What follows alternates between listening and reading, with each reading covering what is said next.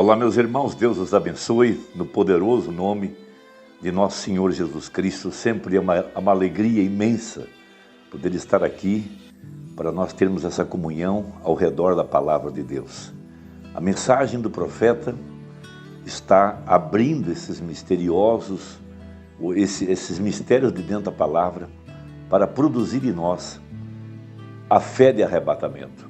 Esta é uma fé poderosa, uma fé transformadora. A Bíblia fala de fé em fé, nós somos transformados na imagem da palavra. E fé é revelação. Cada vez que uma verdade nos é aberta, cada vez que uma verdade nos é revelada, ela produz mudanças, transformações no nosso homem interior. Porque Jesus disse a Pedro em Mateus 16, sobre a revelação: sobre esta pedra edificarei a minha igreja. Pedra é revelação. Então a igreja está totalmente fundamentada sobre a revelação pessoal de quem é Jesus Cristo. Haja visto que o livro de Apocalipse abre-se com a seguinte frase: revelação de Jesus Cristo. Ou seja, a palavra sendo aberta, a palavra sendo esclarecida, a palavra iluminando o nosso coração para ver as verdades que ali dentro estão profetizadas para esse tempo do fim, para trazer esta transformação poderosa sobre ou para as nossas vidas. Temos uma grande promessa no livro de Apocalipse ao vencedor. Veja, ao que vencer lhe darei uma pedra branca. E nessa pedra branca um nome escrito, que só sabe aquele que recebe esta pedra. Então nós temos a visão do profeta, o do irmão Jack Moore, vendo Mombrana ir a um campo onde havia umas plantas azuis, e lá havia uma montanha em forma de uma pirâmide. E Mombrana toma uma alavanca e abre o topo daquela montanha, e quando ele abre, lá dentro é uma pedra branca. E nessa pedra branca não havia nada escrito. Mas o Mombrana disse assim: fiquem aqui, porque eu vou para o oeste buscar a interpretação do que está aqui dentro. Veja, aquela pedra branca, a luz nunca havia batido sobre dentro. Ou seja, aquilo está representando escrituras sobre as quais nunca ainda havia batido a luz do Espírito para serem reveladas. Então, Mombrana fala que ele pediu para as pessoas esperarem enquanto ele iria lá para o oeste buscar a interpretação e logo ele voltasse. Mas as pessoas não puderam esperar. Começaram a ir embora e começaram a se desviar e cada um foi para o seu lugar. Mas houve um pequeno grupinho que ficou ali esperando que voltasse o profeta para revelar o que estava ali dentro. Veja, mas a profecia dizia: somente saberá o que contém a pedra aquele que receber. Então Mombrana era o único que tinha a luz desses mistérios. Então quando ele vai ao oeste, lá nas montanhas de Tucson, veja, 7 anjos vieram da eternidade para trazer a ele a revelação de cada um dos 7 selos. Cada anjo daquele tinha uma voz, e uma voz era uma mensagem. Veja, e essas 7 vozes soaram todas de uma vez. Ou seja, toda a mensagem do profeta contém esses misteriosos 7 trovões, ou esses 7 selos, ou toda a revelação desses mistérios, quero dizer. Veja, então a mensagem, ela está, ou ela foi produzida, não por uma mente humana, ela foi produzida por vontade divina, por inspiração. A palavra veio ao profeta. Cada dia um anjo lhe esclarecia uma escritura ligada a um fato histórico e ligada às profecias para esse dia. Veja, e havia o 7º anjo, que era mais forte, tinha o peito estufado, dava a impressão que ele tinha a revelação maior, e de fato era, porque o 7º sempre é Cristo. Veja, e o 7º trouxe a revelação completa de todos os mistérios que estavam na Bíblia. Veja, a luz batendo sobre a pedra branca, para trazer a revelação do que estava dentro da Escritura, e o que dizia respeito à nossa redenção, aos mistérios que estavam escondidos, aos cabos soltos que os reformadores deixaram e assim por diante. Então o anjo que desceu do céu colocou um pé na terra e eu no mar e disse: o tempo acabou. Ou seja, os mistérios estão terminados. Então tudo que nós precisamos para produzir em nós a fé de arrebatamento está nas mensagens. Não haverá uma nova revelação. Se alguém aparecer por aí com uma suposta interpretação, com uma suposta inspiração, com uma suposta revelação, veja, e aquilo não está na mensagem, deixa aquilo de lado e fica com a mensagem. Porque por isso apareceu no ombro direito do profeta o pilar de fogo, para mostrar que o principado estava sobre os seus ombros. Veja, a autoridade suprema, veja, a autoridade maior, a palavra final, veja, e o que ele abriu está aberto, ninguém pode fechar, e o que ele fechou, ninguém pode abrir. Deus colocou sobre ele, veja, toda essa confiança, Deus colocou sobre ele toda essa autoridade, e a nós cabe reprofetizar o que já está na mensagem. Por isso vai na mão do anjo, toma o livro e reprofetiza, diz a profecia. Agora, nós temos esse padrão no livro de Juízes. Veja, quando o anjo vem a Gideão, logo depois da mensagem do profeta. Você pode ler lá, isso está no livro de Juízes, capítulo 6. Veja, Israel havia se desviado da verdade.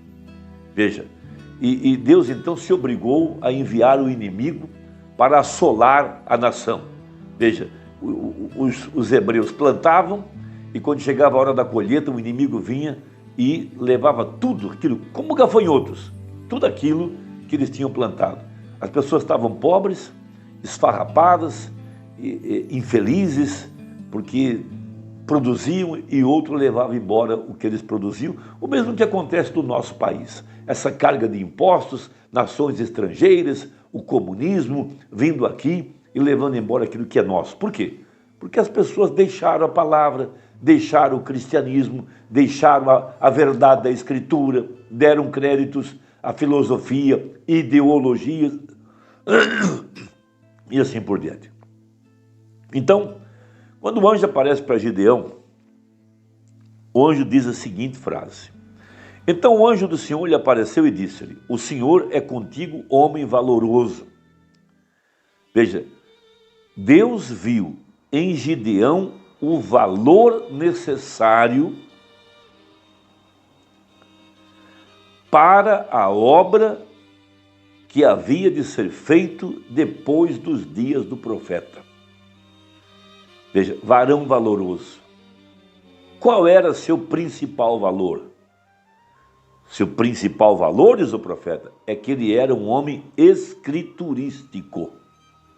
Veja, somado a isso, um homem humilde, que não queria ser uma grande pessoa, não tinha grandes ambições, porque a primeira coisa que o Espírito Santo tira da nossa alma é querer ser uma grande pessoa. Há muitos hoje querendo ser a continuidade do que pregou o Mombrana. E eles dizem que tem a continuidade. Ora, a mensagem do Mombrana é clara e a continuidade do que segue o alarido é a voz de arcanjo. O alarido foi a mensagem, foi o pão juntando a igreja ao redor da palavra. O que segue? A voz. De quem é a voz? Não é do Mombrana. A voz do Messias. Este é meu filho amado, em quem tenho o prazer de morar. Deus está habitando em seu profeta, porque a palavra só vem aos profetas. É o canal de Deus. Ela não vem a mais ninguém. Esse é o canal. Esse é o homem escolhido, o homem apontado. Então Gideão foi chamado de um varão valoroso porque ele era escriturístico. Veja, mas Gideão lhe respondeu: ai, Senhor meu, se o Senhor é conosco, por que tudo isso nos sobreveio? E que é feito de todas as suas maravilhas que nossos pais nos contaram, dizendo: não nos fez o Senhor subir do Egito, porém agora o Senhor nos desamparou e nos deu das mãos dos midianitas. Veja, aqui estava o valor dele. Ele havia ouvido a mensagem do profeta, o profeta o havia levado ao primeiro êxodo, ao pilar de fogo, à nuvem, ao ministério profético, a todo juízo e julgamento do passado. Ele conhecia a palavra profética e agora ele estava vivendo depois dos dias proféticos. Então o Senhor olhou para ele e disse: vai nessa tua força e livrarás Israel das mãos dos midianitas. Porventura não te enviei eu? Então aqui temos algumas coisas muito importantes. Primeiro, ele era escriturístico. Ele perguntou: se o Senhor é conosco, onde estão as maravilhas do passado? Segunda coisa, veja, ele era um homem que tinha um conceito sobre si mesmo, de um homem humilde e de alguém incapaz, seguido da grande verdade: não te enviei eu? Veja, um homem enviado por Deus, que podia se posicionar em cima da mensagem do profeta, que conhecia sua condição pessoal, que não tinha grandes ambições. A própria Escritura vai dizer: eu sou o menor da casa de meu pai, me humilhará o menor. Ele conhecia sua incapacidade, sua pequenez e, podemos dizer, perfeita força por perfeita debilidade. Deus não pode usar pessoas que se acham muito grandes, que se acham uma voz para esse dia, que dizem que receberam inspiração para esta hora e querem se igualar ao profeta. Não. A ordem é: vai na mão do anjo, toma o livro e come-o e reprofetiza. Não é profetiza, é reprofetiza. Então, se a palavra está, se o Espírito está em nós, ele dirá amém para cada verdade que está na mensagem e vai apenas repetir aquilo que disse o mensageiro, e Deus sustentará a palavra do mensageiro. É por isso que o apóstolo São Paulo fala em Hebreus 2, convém-nos atentar para as coisas que já temos ouvido e que em tempo nenhum nos desviemos delas. Então Deus toma esse homem com essa tremenda característica. Veja, um homem que estava sustentando sua fé naquilo que diz o profeta, que tinha acabado de vir, Juízes 6. Então, veja o que diz o Mombrana, parágrafo 40 da mensagem: não te enviei eu. Agora, nós descobrimos que antes de Deus alguma vez mandar libertação para o seu povo, eles estavam oprimidos, dominados, subjugados por 3 poderes. Veja, agora quero que você capte isso para o que vem a seguir.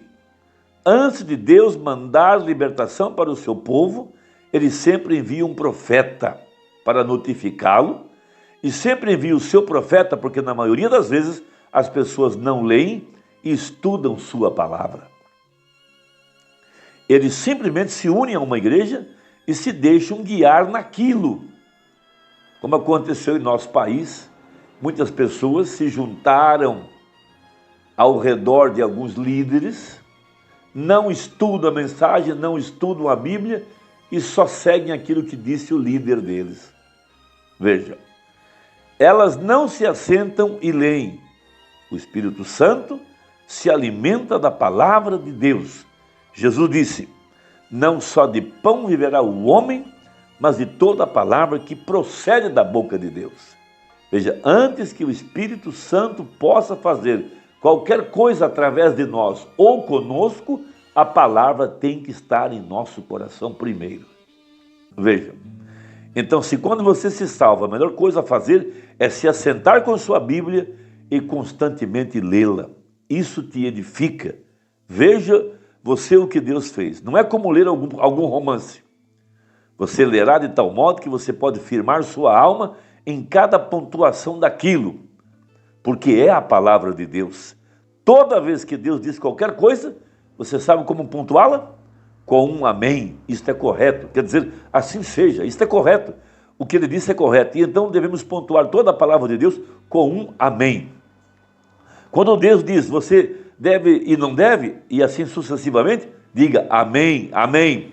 Não diga, abre aspas, bem, creio que isso deve ser dessa maneira. Apenas diga amém ao que ele disser. Aquilo resolve isso. Então não nos cabe interpretar ou melhorar ou querer dourar a pílula, como nós dizemos, num vocábulo bem pontual, né? bem comum, né? Veja, tome da forma que está escrita. Então Deus tinha, veja, havido sido bom para eles. Eles não mereciam aquilo, mas antes desse grande evento acontecer, nós descobrimos que um profeta foi enviado para eles e ele falou a palavra do Senhor para eles. E então percebemos que imediatamente após a mensagem do profeta, quando ele chegou a Israel e disse: ó, eu sou o Deus que vos tirou do Egito, eu sou aquele que vos dá a terra em que habitais, eu tenho feito todas essas coisas a vós. Veja, o profeta sempre aponta de volta ao grande Deus sobrenatural, um verdadeiro profeta de Deus, que é um verdadeiro pregador em um púlpito, um profeta dos dias modernos é um pregador, então um verdadeiro fiel profeta, e fiel profeta aponta de volta para a palavra do Senhor, a promessa do Senhor. Veja, não a declaração do que a igreja tem feito, mas uma declaração do que Deus fez, de volta à palavra do Senhor. Juízes 6, veio o profeta depois de 7 anos, no mesmo caso aqui para nós, depois de 7 eras, Deus envia um profeta. O que fez esse profeta? Apontou para a Bíblia, para a palavra. Veja, para aquilo que fez o anjo nos dias de Abraão, nos dias de Moisés, nos Salmos, por todos os profetas, de Gênesis a Apocalipse, levando a igreja de volta à palavra. Veja, então Deus falou a esse profeta. Os midianitas haviam tirado tudo o que eles possuíam, e eles estavam morrendo de fome, e ele disse: vocês não se lembram que eu sou o Deus que os tirou do Egito? Não sabem que realizei todos os meus milagres lá embaixo no Egito? Não sabem que eu abri o Mar Vermelho? Alimentei seus pais por 40 anos no deserto? Derrubei os inimigos ao redor deles? Não os tirei do meio dos amalequitas e tudo mais que estavam diante deles? Eu sou Deus. Apenas retornem para mim, me observem e recordem. Veja, sempre ou imediatamente depois da mensagem daquele profeta, Deus vai operar. Veja, ele vai tomar a escritura pregada pelo profeta e vai trazer aquela palavra a cumprimento, de acordo com Isaías 15, verso 11. Veja, o mesmo padrão com Josué, o mesmo padrão com os apóstolos, o mesmo padrão com Paulo depois que ele foi para o deserto e Deus lhe deu a revelação da palavra e ele começou a ensinar as igrejas. Deus opera através da sua palavra, mas primeiro a palavra tinha que ser pregada, crida, e então Deus iria operar através da palavra. A mesma coisa hoje, o mesmo padrão. Não pode fugir do padrão. Veja, Deus vai operar. Depois do profeta entregar a palavra, então Deus vai operar na palavra. Primeiro isso tem que surgir. A palavra tem que ser pregada primeiro. A fé vem pelo ouvir e ouvir a palavra de Deus. Um verdadeiro profeta se firma com a verdadeira palavra de Deus e não a compromete de modo algum, mas diz ao povo: necessário vos é nascer de novo, a promessa é para vós, para vossos filhos, para aqueles que estão longe, tantos quantos o Senhor nosso Deus chamar, se ele é um verdadeiro profeta. Veja, levando a igreja. E o que é o novo nascimento? É a revelação pessoal de quem Jesus Cristo é. Veja, se ele não é, ele dirá: bem, agora acreditamos que quem é? Veja, nós. Então veja, como Nicodemos disse, né? Sabemos que és mestre. Como tantos hoje seguem a voz das igrejas. Veja, mas um profeta, ele nunca levará as pessoas a se unirem a uma igreja. Ou venha para o meu grupo. Nunca. Ele levará as pessoas ao novo nascimento, ao batismo com o Espírito Santo, os edificará na estatura de um varão perfeito e assim por diante. Veja, veja, veja, veja. Não Deus e seus profetas, Deus e seus anjos e Deus e sua palavra. Eles dizem: céus e terra passarão, disse Jesus, mas minha palavra nunca falha. Isto é correto. Se alguém adicionar ou retirar qualquer uma das palavras da profecia deste livro, o mesmo será retirado do livro da vida. Então veja, o profeta real e verdadeiro permanece com a palavra. E é isso que temos esse padrão na história de Gideão. O profeta apontou o primeiro êxodo. E hoje a mensagem de Malaquias 4 nos leva de volta à fé dos apóstolos, a toda a doutrina escriturística, levando o povo à santificação.